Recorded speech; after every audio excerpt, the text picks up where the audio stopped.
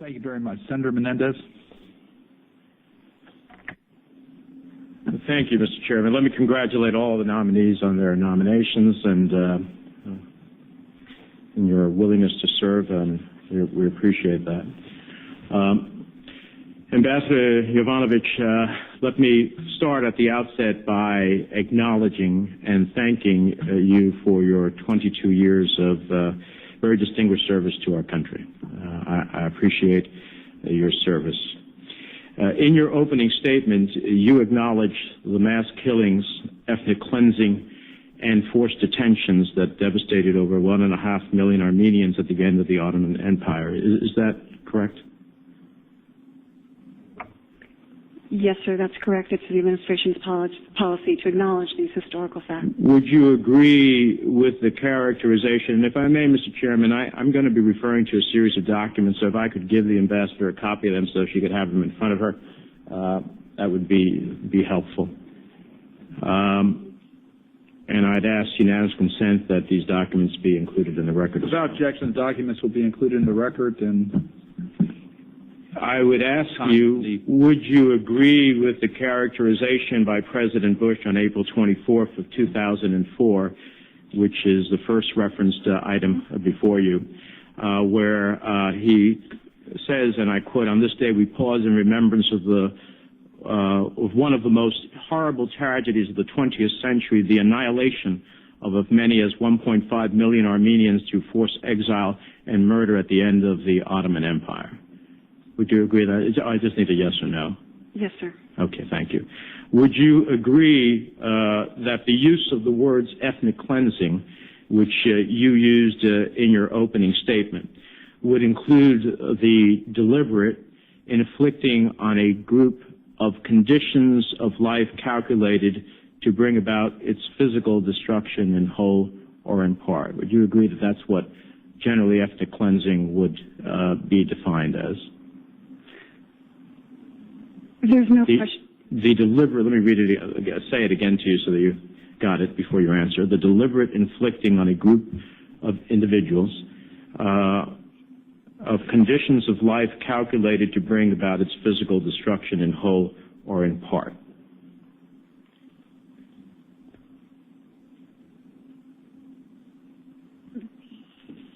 The question that you're asking, and I hope you understand my answer, the determination of that is a policy decision that I'm not authorized to make right now. It's a decision for the administration, for the president, and the secretary. I respect your answer. I'm not asking you what is the policy or a policy. Mm-hmm. I'm simply asking you used the words in your opening statement, ethnic cleansing.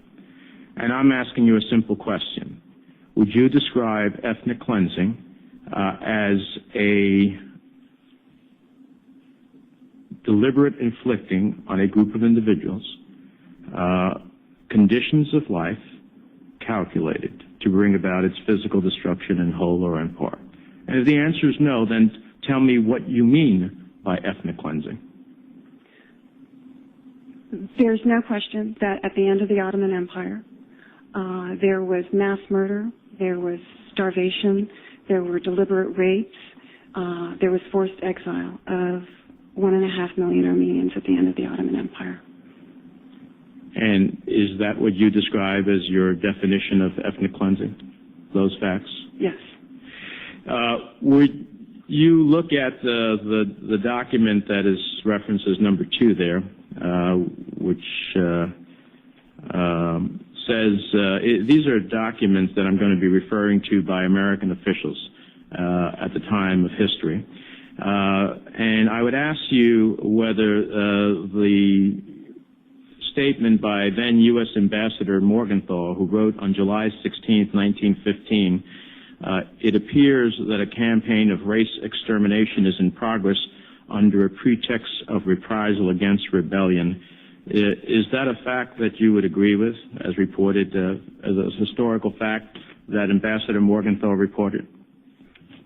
Yes, it's certainly a fact here, as I'm reading off of this handout that you gave me, that Ambassador Morgenthau reported this. Thank you. would you look at number 3 where it says where U.S. Consul in Aleppo, Jesse Jackson, reported to Ambassador Morgenthau on June 5, 1915, that is without doubt a carefully planned scheme to thoroughly extinguish the Armenian race. Is that what Consul Jackson said in his statement to Ambassador Morgenthau? Yes, according to this document that you've given me, that's correct. In number 4, where U.S. Consul in Harput, Leslie Davis, reported to Ambassador Morgenthau on July 24, 1915, quote, "It has been no secret that the plan was to destroy the Armenian race as a race, but the methods used have been more cold-blooded and barbarous, if not more effective than I had first supposed." Is that the statement issued then by the Council?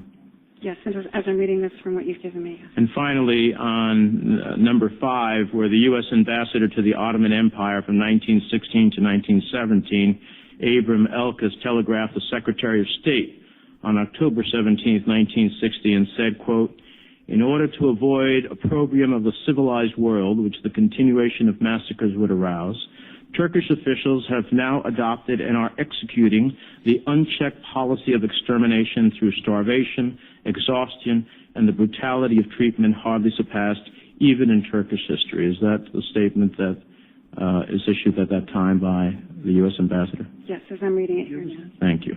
Now, the final reference I want you to look at is number 6.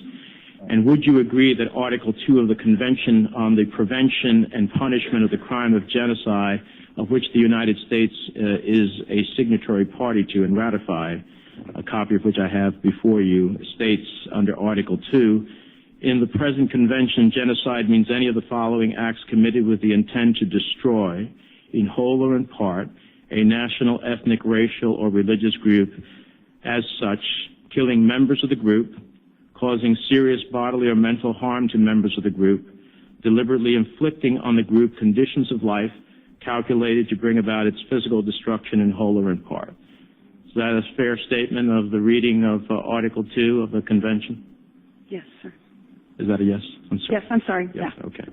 Therefore, Mr. Chairman, if you'll indulge me, therefore, would not the facts that you acknowledge, and please listen to my question, would not, intently, would not the facts that you acknowledge in your opening statement and those facts that you have recognized as historical facts during the period of 1915 to 1923 meet the definition of Article 2 that I just had you read?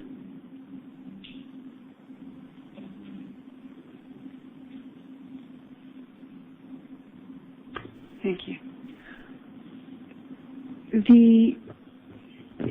It's certainly true that this is the definition of genocide here, and I'm familiar enough with the record to have read some of the accounts from our embassy and our consulate at the end of the Ottoman Empire, which are truly shocking in terms of scale and the individual stories of individual families and the things that happened. It's the responsibility and the duty of embassies and consulates to inform and represent honestly, faithfully, objectively to the department, to Washington, to the president. And it is the president, it is the Secretary of State that makes the policy, that makes the determination of how to characterize particular events.